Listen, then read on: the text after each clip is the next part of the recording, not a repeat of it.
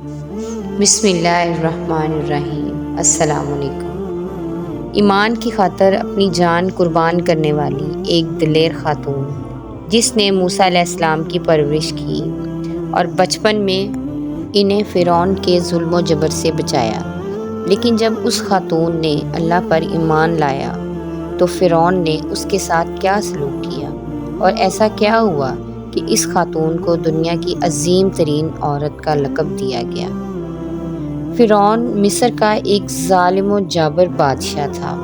اس نے مصر میں آباد قوم بنی اسرائیل کو غلام بنا رکھا تھا اور ان پر ظلم کے پہاڑ توڑتا تھا۔ فرعون نہایت ہی مغرور بادشاہ تھا اور خود کو لوگوں کا خدا اور رازق کہلواتا تھا، لیکن کسی میں بھی اتنی جرأت نہ تھی کہ فرعون کی مخالفت کر سکے۔ لہٰذا اللہ نے فرعون کے خاتمے کا ارادہ کیا تو بنی اسرائیل میں حضرت موسیٰ علیہ السلام کی پیدائش ہوئی۔ جب موسیٰ علیہ السلام کی پیدائش ہوئی تو ان دنوں فرعون نے اپنے سپاہیوں کو یہ حکم دے رکھا تھا کہ بنی اسرائیل میں جو لڑکا بھی پیدا ہو اسے قتل کر دیا جائے۔ لہٰذا اس مصیبت و آفت کے دور میں مجبوراً موسیٰ علیہ السلام کی والدہ نے آپ علیہ السلام کو ایک صندوق میں رکھ کر صندوق کو مضبوطی سے بند کر دیا اور اسے دریائے نیل میں ڈال دیا۔ دریا سے نکل کر ایک نہر فرعون کے محل کے نیچے بہتی تھی۔ اللہ کی قدرت یہ ہوئی کہ یہ صندوق دریائے نیل سے بہتے ہوئے اس نہر میں چلا گیا۔ اس وقت نہر کے کنارے فرعون کی بیوی آسیہ بنت مزاحم بیٹھ کر نہر کا نظارہ کر رہی تھی۔ آسیہ ایک خوبصورت اور نیک دل خاتون تھی اور وہ کسی بیماری سے شدید تکلیف میں تھی۔ فرعون نے اس کا بہت علاج کروایا تھا مگر وہ ناکام رہا۔ کہتے ہیں کاہنوں نے اسے بتایا تھا کہ اے فرعون، ہم پیشین گوئی کرتے ہیں کہ اس دریا میں سے ایک آدمی تیرے محل میں داخل ہوگا۔ اگر اس کے منہ کی رال اس بیمار خاتون کے جسم پر ملی جائے گی تو اسے شفا ہو جائے گی۔ چنانچہ جب نہر میں بہتے اس صندوق پر آسیہ کی نظر پڑی تو اس نے ملازمین کو اسے نکالنے کا حکم دیا۔ جب اس صندوق کو پانی سے نکالا گیا اور اسے کھولا گیا اور ملکہ نے اس بچے کو دیکھا تو اسے یوں محسوس ہوا کہ ایک بجلی سی چمکی ہے جس نے اس کے دل کو منور کر دیا ہے۔ آسیہ کے دل میں اس بچے کی محبت نے گھر بنا لیا۔ اس بچے کا لعاب دہن جیسے ہی ان کے ہاتھوں پر پڑا تو انہیں شفا ہو گئی۔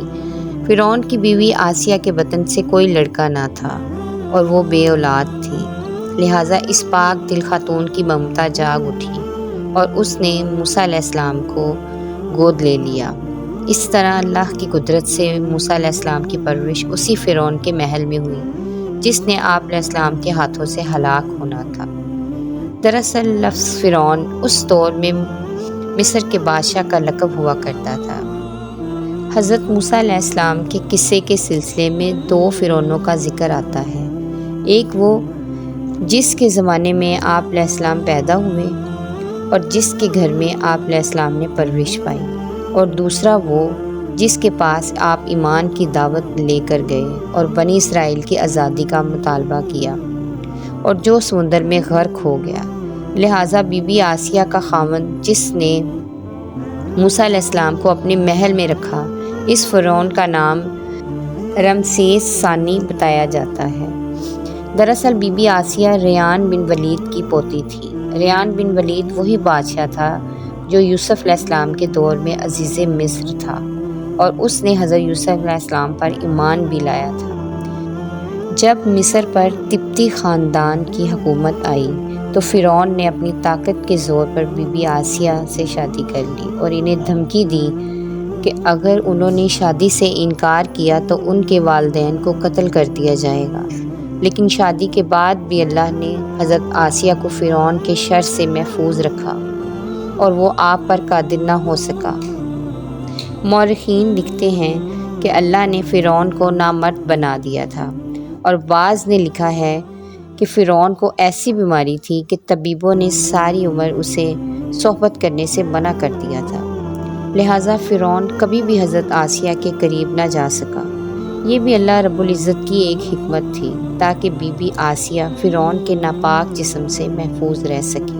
بہرحال حضرت موسیٰ علیہ السلام کی پرورش فرعون کے محل میں کسی شاہی فرد یا شہزادے کی مانند ہوئی۔ ہر طرح کے آرام و آرائش آپ کے لیے دستیاب تھے، لیکن تبتیوں کے درمیان زندگی گزارنے کے باوجود موسیٰ علیہ السلام فطری طور پر ان سے مختلف کردار کے مالک تھے۔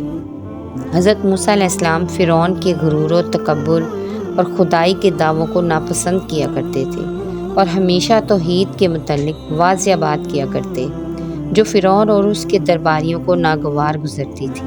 بہت جلد وہ وقت بھی آ گیا جب اللہ نے حضرت موسیٰ علیہ السلام کو نبوت عطا کی اور آپ نے فرعون کے دربار میں اسلام کی دعوت لے کر تشریف لائے۔ اس وقت فرعون کے مطالبے پر جادوگروں اور موسیٰ علیہ السلام کے درمیان سحر کا مقابلہ ہوا، جس میں حضرت موسیٰ علیہ السلام کی عصا حقیقی سانپ میں تبدیل ہو گئی اور جادوگروں پر حق واضح ہو گیا کہ آپ علیہ السلام اللہ کے سچے رسول ہیں جنہیں ہماری ہدایت کے لیے بھیجا گیا ہے، جبکہ فرعون اپنی انا اور غرور پر قائم رہا اور موسیٰ علیہ السلام کی دعوت کا انکار کر دیا۔ اس دربار میں بی بی آسیہ بھی موجود تھی، لہٰذا آپ نے جب یہ سنسنی خیز منظر دیکھا تو آپ کے دل میں فوراً حق کا نور چمک اٹھا اور آپ موسیٰ علیہ السلام پر ایمان لے آئیں۔ بی بی آسیہ فرعون مصر کی بیوی اور ملکہ تھی۔ آپ کے پاس مال و دولت کی کثرت تھی، لیکن اس کے باوجود آپ غرور و تکبر کا شکار نہیں تھی، بلکہ آپ کا دل غریبوں کی محبت سے سرشار اور ان پر شفقت و مہربانی کے جذبے سے معمور تھا۔ آپ دل کھول کر ان پر صدقہ اور خیرات کیا کرتی، اسی وجہ سے آپ کو ام المساکین یعنی مسکینوں کی ماں بھی کہا جاتا ہے، کیونکہ بی بی آسیہ اپنے شوہر رمسیس کے مظالم کو بھی خوب جانتی تھی، اس لیے ایمان کا اظہار نہیں کیا۔ آپ چھپ چھپا کر ایک اللہ کی عبادت کیا کرتی اور اللہ سے یہ دعا کرتی کہ اے اللہ مجھے فرعون اور اس کے عمل سے نجات دے، میں اس کی کفریہ حرکتوں سے بیزار ہوں۔ حضرت آسیہ خفیہ طور پر موسیٰ علیہ السلام کے خدا کی عبادت کرتی اور دعا و استغفار میں مشغول رہتی، یہاں تک کہ فرعون کو ایک دن آپ کے ایمان لانے کی خبر ہو گئی۔ اس نے ایک روز اپنے درباریوں سے کہا، کیا تم لوگوں کو میری بیوی کی کچھ خبر ہے؟ تم لوگ اس کے متعلق کیا جانتے ہو؟ سب نے بی بی آسیہ کی بڑی تعریف کی اور ان کی بھلائیاں بیان کی۔ فرعون نے کہا، کیا تم لوگوں کو نہیں معلوم وہ میرے سوا دوسرے خدا کو مانتی ہے؟ لہٰذا فرعون نے حضرت آسیہ کو دربار میں بلایا اور ان سے دریافت کیا کہ تو کسے اپنا معبود مانتی ہے؟ حضرت آسیہ نے دلیری اور جذبہ ایمانی سے جواب دیا کہ میں موسیٰ علیہ السلام کے رب پر ایمان رکھتی ہوں، جو میرا، تیرا اور ہم سب کا خدا ہے۔ فرعون اس بے باک جواب پر غضبناک ہو گیا اور بہت جلد پورے شہر میں اس بات کی شہرت ہو گئی کہ فرعون کی بیوی اور ملکہ نے فرعونی طور طریقے کو ٹھکراتے ہوئے دین موسیٰ علیہ السلام کو قبول کر لیا ہے۔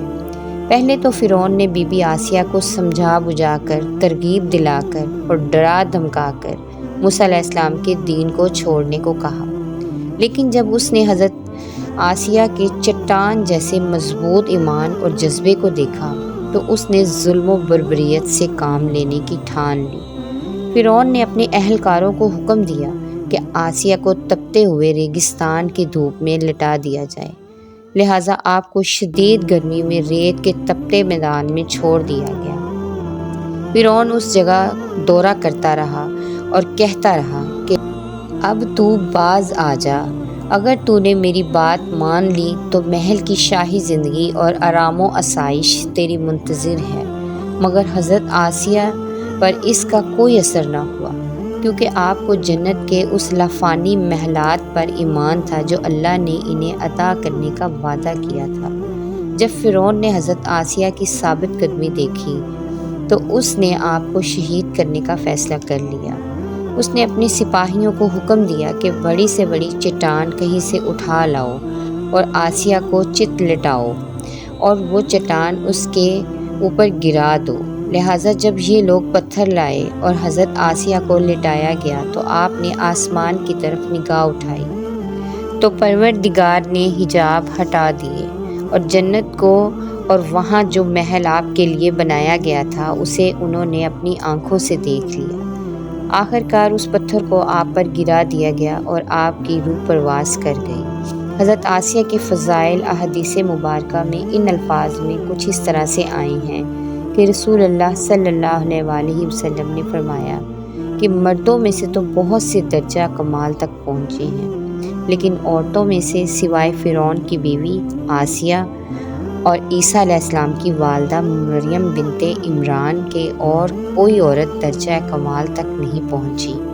اس طرح ایک اور روایت میں آتا ہے کہ آپ صلی اللہ علیہ وسلم نے فرمایا، جنتی عورتوں میں سے سب سے افضل خدیجہ بنت خویلد، فاطمہ بنت محمد اور فرعون کی بیوی آسیہ بنت مزاحم اور عیسیٰ علیہ السلام کی والدہ مریم بنت عمران ہیں۔ ایک روایت میں آتا ہے کہ بی بی آسیہ کا نکاح جنت میں محمد صلی اللہ علیہ وسلم سے ہوگا۔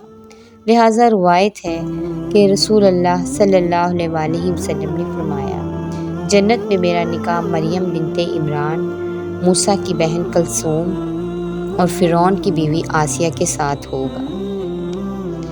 ہم نے دیکھا کہ حضرت آسیہ ایسی حکومت کے ساتھ، ایسے دربار کے اندر اس قدر مال و دولت، اطاعت گزار غلام اور کنیزوں کے ساتھ میں ایک بہترین زندگی تھی، لیکن انہوں نے حق کو چنا اور قبول کیا اور موسیٰ علیہ السلام کے دین پر ایمان لے آئیں۔ حالانکہ انہیں معلوم تھا کہ ایمان لانے کی وجہ سے ان کی تمام خوشیاں اور مقام و منصب چھن سکتا ہے، یہاں تک کہ جان بھی جا سکتی ہے، لیکن آپ نے حق کو قبول کیا اور اپنے گزشتہ اعمال پر توبہ کر لی۔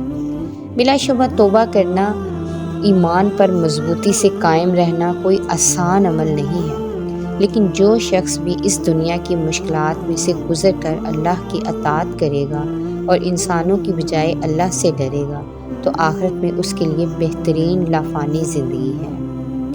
امید ہے کہ آپ کو ویڈیو اچھی لگی ہوگی۔ ویڈیو کو لائک اور چینل کو سبسکرائب کرنا نہ بھولیں۔ جزاک اللہ خیر۔